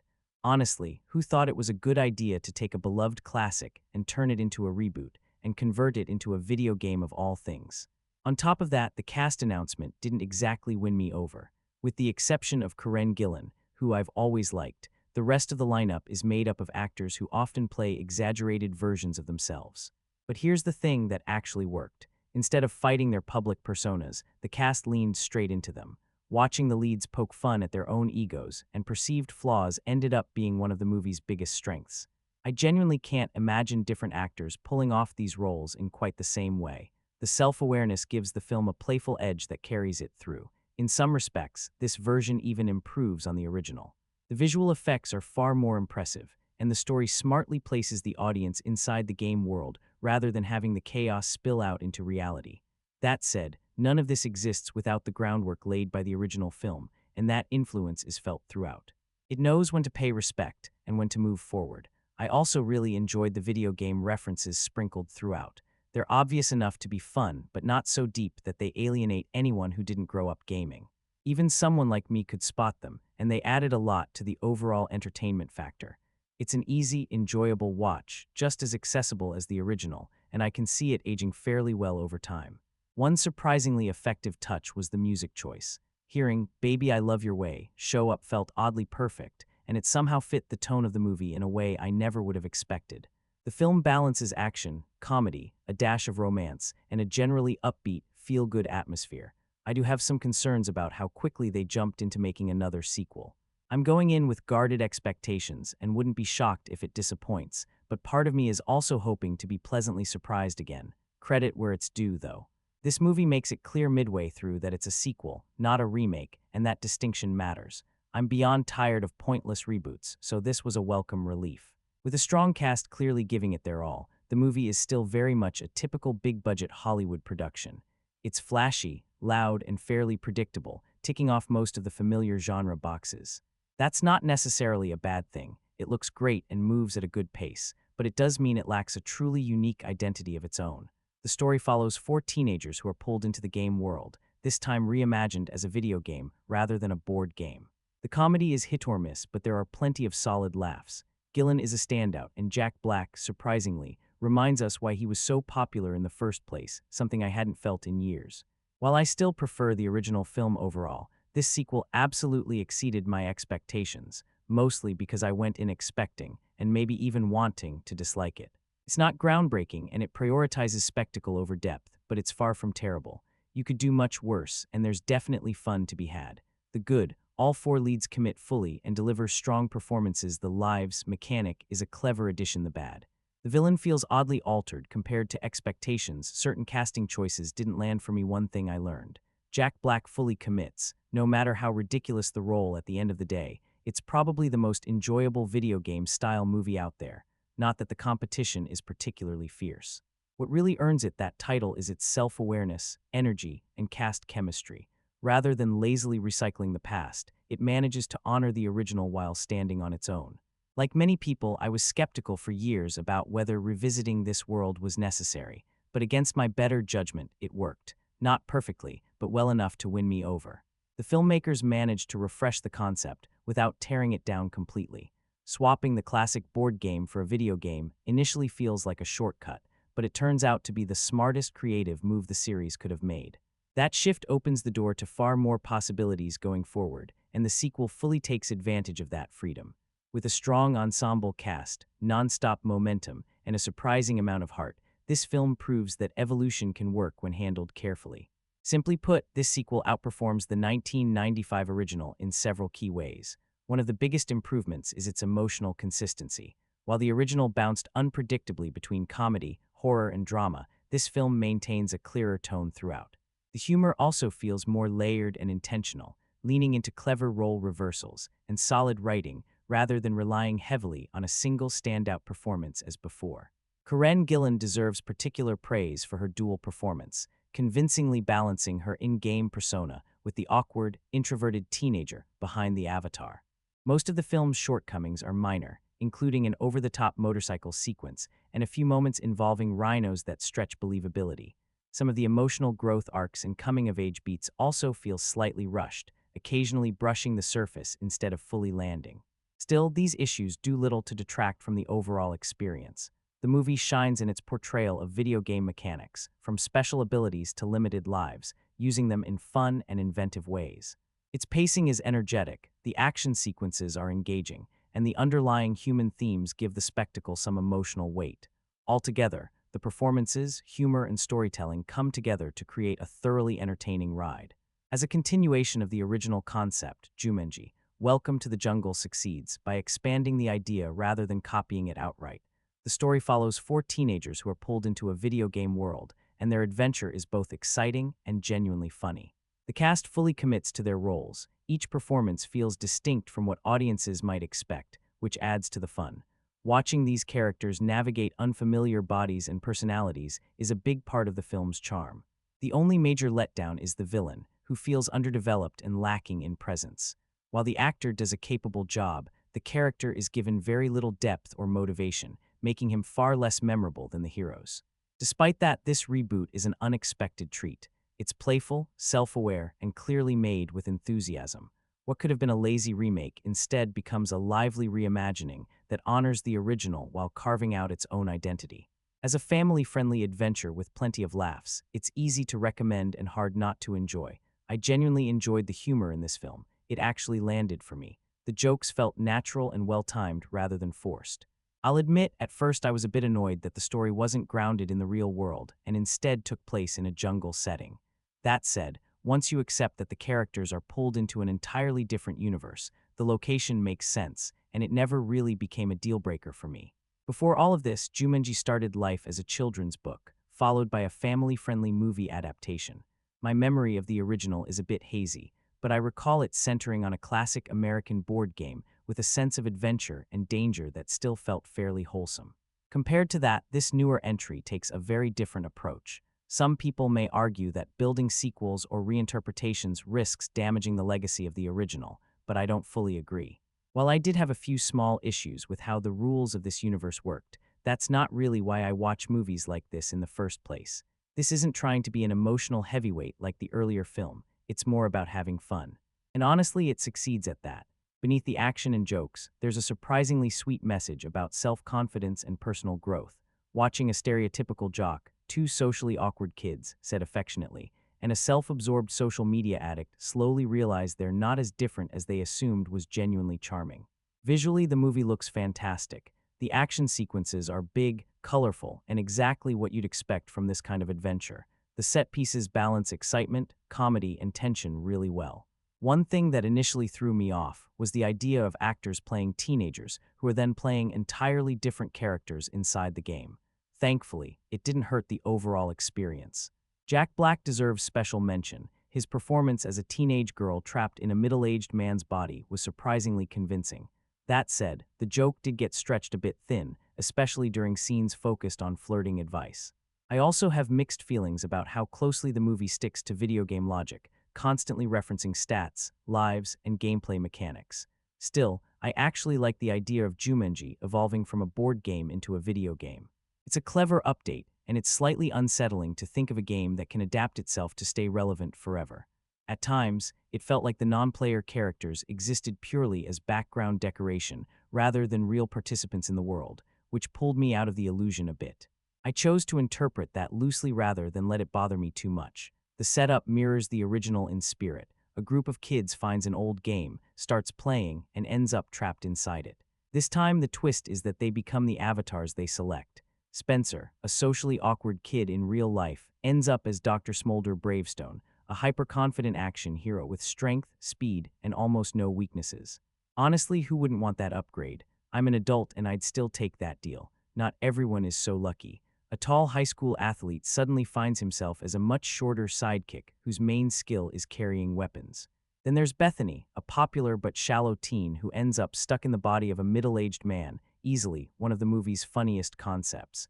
The chemistry between the cast really carries the film.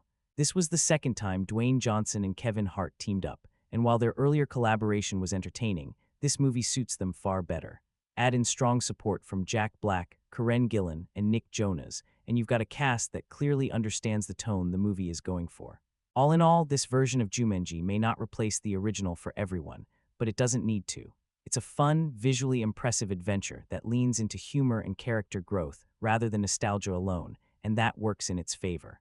Some of the movie's biggest laughs come from watching Jack Black inhabit the role of a teenage girl suddenly stuck in a male body, slowly realizing both the perks and awkward downsides of being a guy. Karen Gillan's Ruby Roundhouse is another standout, clearly poking fun at the way female characters are often designed in video games, incredibly capable in combat, yet dressed in an outfit that makes absolutely no sense for survival. Her revealing costume becomes a recurring joke, especially as it makes her real-life counterpart, Martha, visibly uncomfortable.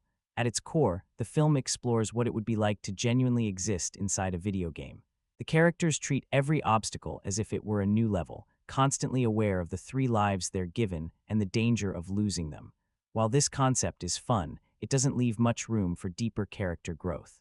Each teen enters the game with personal problems that feel like they're meant to be explored, but the story moves so quickly that these arcs never fully develop into anything meaningful. Instead, the movie leans heavily on its cast. Much of the enjoyment comes from watching Dwayne Johnson, Kevin Hart, and Jack Black bounce off one another as their avatars stumble through the game world. Their chemistry carries the film, and honestly, that alone makes it worth watching. The original Jumanji, released in 1995, received mixed critical reactions despite being a huge box office hit. Like many family films of the 1990s, it was loud, high concept, and packed with jokes that haven't aged particularly well. Because of that, it's surprising not only that this movie exists decades later with no returning cast, but that it's actually entertaining in a refreshingly old-school way. As far as video game-based movies go, this is easily one of the best, embracing cheesy fun, heartfelt moments, and a sense of adventure that's become increasingly rare. The story follows 4 teenagers who stumble upon an outdated gaming console, only to be pulled into the jungle world of Jumanji. Inside the game, they appear as completely different people, leading to plenty of body swap humor and fish-out-of-water moments. While the comedy drives much of the film, the fantasy plot itself is surprisingly solid, with video game mechanics shaping both the narrative and the jokes. One of the film's strongest qualities is its willingness to slow down occasionally and let relationships and humor breathe. The casting is spot on, especially Johnson and Black, who do an impressive job mirroring the personalities of the teens controlling them. Kevin Hart may not fully match his character's real-world counterpart, but he still delivers plenty of laughs. Overall, the movie feels far more thoughtfully put together than expected. The action scenes are easy to follow and well-paced, the dialogue is sharp, and several comedic moments stand out even among other films released that year. When the plot occasionally falls into predictable or forced territory, it's noticeable, but not enough to derail the experience. In the end, this version of Jumanji works as a feel-good family adventure that asks viewers to drop their cynicism and just enjoy the ride. I was initially unsure about this remake since I genuinely liked the original, but I have to admit the updated storyline mostly works. Some of the slapstick comedy doesn't land, and the concept could have been pushed further, but the character interactions remain entertaining. The visual effects are impressive, and the early twist of entering the game is fun, though once that novelty wears off, the movie does lose some momentum. The plot centers on four students serving detention who discover an old video game in their school basement. After selecting characters, they're transported into the game world and transformed into their chosen avatars. A guide explains that they must recover a stolen artifact from a villain and return it to its rightful place in order to escape. Along the way, they meet another player who's been trapped inside the game for decades, and together they attempt to complete the mission. Each character brings something different to the story, with Jack Black's performance as a teenage girl trapped in a grown man's body being a particular highlight. Dwayne Johnson predictably plays the heroic leader, while Kevin Hart provides comic relief. Although the movie is undeniably entertaining, the humor feels a bit too safe at times, and several scenes stretch believability. Still, it remains a fun, light-hearted adventure that delivers more than most remakes manage to. With all that said, I'd still happily sit down and watch this movie again. I respect the fact that the director aimed to take a risk with a strong concept and tried something a little outside the box, even if the final result didn't fully live up to its potential. It's entertaining, but it definitely could have been stronger. Overall verdict: watchable. Roundup: the film is directed by Jake Kasdan, a filmmaker whose background is firmly rooted in comedy. He's previously helmed titles like Sex Tape and Bad Teacher, both starring Cameron Diaz, as well as Walk Hard, The Dewey Cox Story, The TV Set, Orange County, and Zero Effect. Given that track record, this project was clearly a step outside his usual comfort zone. On the television side, he's worked on shows such as Freaks and Geeks, Grosse Pointe, Undeclared, Cracking Up, New Girl, and The Grinder. He's also set to return to the Bad Teacher franchise, which is currently in development. As a modern remake, the film performed exceptionally well financially and helped solidify Dwayne Johnson's status as one of Hollywood's most reliable box office draws. Still, despite its success, I personally find the original more charming, even though it earned a comparatively modest $263 million worldwide on a $65 million budget. This version, by contrast, reportedly cost around $90 million and went on to gross an impressive $957 million globally. If someone had told me, "Luke, they're making a Jumanji sequel," my immediate reaction would have been laughter followed by a dramatic objection. And yet, here we are, and surprisingly, it actually works. Instead of repeating the board game idea, the film swaps it out for a retro video game from the mid-90s. Four high school students are suddenly pulled into the game's world, where their mission is to return a magical jewel to the top of a jaguar-shaped mountain to save Jumanji. Thankfully, the filmmakers avoided simply copying the original and instead introduced a contemporary spin. That modern approach is easily the sequel's biggest strength, especially in how it breaks down and pokes fun at video game mechanics. Growing up, I once dreamed of becoming a game developer and taught myself the basics, things like avatars, NPCs, levels, and respawning. So seeing those elements play such a big role felt like a clever wink that genuinely made me smile. This reimagining leans far more into action and comedy, placing the fantasy-heavy tone of the original on the back burner. While the humor doesn't always land and the CGI-heavy action can feel excessive, I was still engaged throughout. Jack Black is easily the standout performer, delivering some genuinely funny moments while playing a teenage girl trapped in a middle-aged man's body. Dwayne Johnson remains effortlessly likable, and the rest of the cast holds their own. That said, the film's character archetypes and its "be whoever you want to be" message feel pretty forced and overly familiar. Add in a very straightforward plot, an unremarkable villain, and the odd absence of well-known pop songs, which honestly might have worked better than the original score, and you end up with a movie that's good, but not great. Still, it's entertaining, and perhaps that's exactly what audiences were looking for. I certainly didn't leave disappointed. The biggest pleasant surprise is how enjoyable it turned out to be overall. And yes, I was absolutely waiting for that song to play. As the film neared its eye-roll-inducing ending, I was starting to lose hope until the credits rolled and there it was. Satisfaction achieved. This version flips the original concept on its head. Instead of chaos spilling out into the real world, the characters are pulled into the game itself. Once inside Jumanji, the four teenagers take on their avatar forms and slowly come to terms with their new reality. After the initial shock wears off, they discover that each character has specific strengths and weaknesses, and teamwork is the only way to survive and complete the game. The story itself isn't nearly as bad as it could have been and actually functions reasonably well as a loose continuation of the original. The game-like structure is one of the film's more successful aspects, complete with multiple lives per character and NPCs who repeat the same lines due to their limited programming. That attention to detail was surprisingly well handled. Ultimately, though, it's the performances that elevate the movie. Jack Black nearly steals the show with his physical comedy and spot-on mannerisms, fully committing to the absurdity of the situation.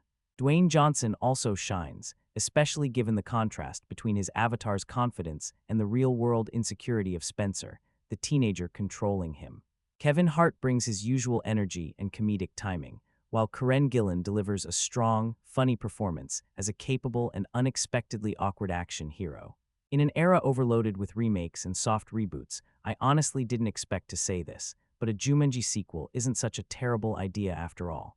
The 1995 Jumanji already felt like it was teasing future adventures. Its ending practically invited sequels, and the premise itself, this unpredictable, dangerous game spilling into the real world, can support endless stories. On top of that, let's be honest. While the original film is fondly remembered and carries a heavy dose of nostalgia, it was never a flawless classic. It was fun, memorable, and imaginative, but there was definitely room to polish the concept and build on it. That's where Jumanji, Welcome to the Jungle, steps in. No, it doesn't completely outshine the original, but it comes impressively close. The movie keeps that playful, self-aware tone, modernizes the visuals, and reshapes the story just enough to feel fresh without losing its Jumanji identity. It still feels like part of the same world, just updated for a new generation. What really makes this version work, though, is the cast. The teenagers themselves are serviceable, even if their personalities are about as deep as an early-era video game character's select screen. But once the story shifts into the game world, that's where the magic kicks in. Dwayne Johnson and Karen Gillan play near-invincible action heroes with confidence, while Kevin Hart and Jack Black steal the spotlight as hilariously ineffective companions. The joke that these larger-than-life avatars are being controlled by awkward teenagers might sound cheap on paper, but it's a gag that keeps paying off.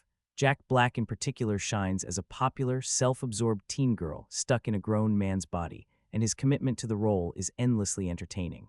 That's kind of the perfect way to describe the film as a whole. The humor is unapologetically silly, occasionally crude, and definitely leans into easy laughs, but it's the right kind of silly.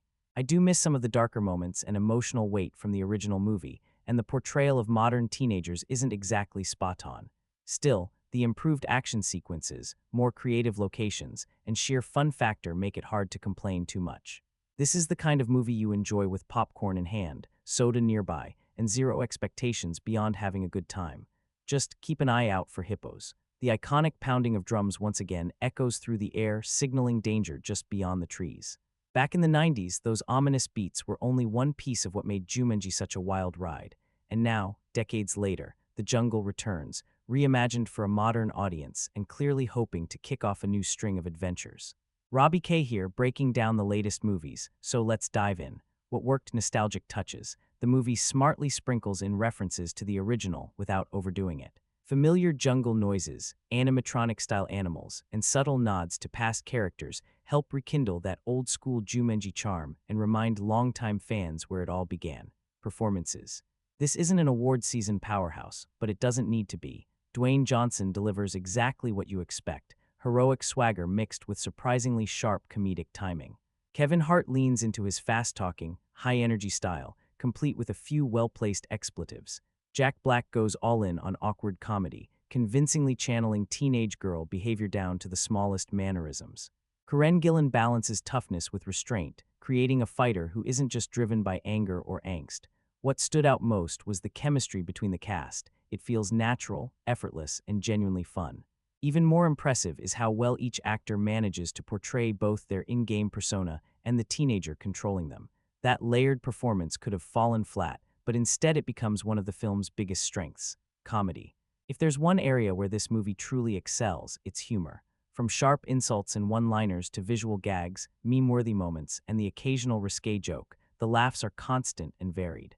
The film keeps things fresh by switching up its comedic style, and the blend of clever writing with physical comedy makes it surprisingly effective. The stupidity is intentional, but it's handled with enough wit that it never feels lazy.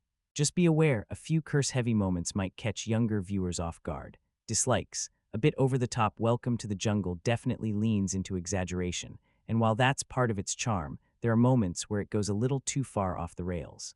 Some action sequences feature stunts that laugh in the face of gravity, and a few performances feel pushed beyond believable limits. Most of the time, these oddities are easy to brush aside because the movie is having so much fun, but they do occasionally come across as cheesy or artificial. At times, this overpolish weakens the message, making it feel a bit forced rather than organic. The villain problem, the primary antagonist, starts off with an interesting ability that could have made for a memorable threat, but unfortunately it's underused. The villain and his crew never fully sell the danger they're supposed to pose to the jungle. They talk a big game, but their actions don't really back it up. Between uninspired tactics, half-hearted threats, and forgettable henchmen that feel more like background NPCs than real obstacles, the villain's side of the story felt underdeveloped and lacking impact. Missing sense of adventure. While the video game's spin on Jumanji was entertaining, I found myself missing what made the original feel truly adventurous. The suspense of rolling the dice, the eerie messages appearing in smoke, and the jungle horrors spilling into the real world were all key elements of the original's magic. Watching animals and natural threats invade everyday life gave the adventure real stakes. This installment leans more heavily into modern action tropes, like the biker gang subplot, and shifts focus away from the jungle itself. I miss the wildlife, the unpredictable dangers, and the way those elements blended together to create a thrilling journey. Verdict: Welcome to the Jungle is undeniably a fun ride, and it delivers plenty of laughs thanks to its energetic cast and fast pace. The humor is clearly the driving force, sometimes overshadowing the adventurous spirit that defined the original film. Still, the movie succeeds as an entertaining crowd pleaser, and audiences of all ages will likely walk away quoting their favorite lines. Is it worth seeing in theaters? Definitely, but save some cash and skip the 3D experience.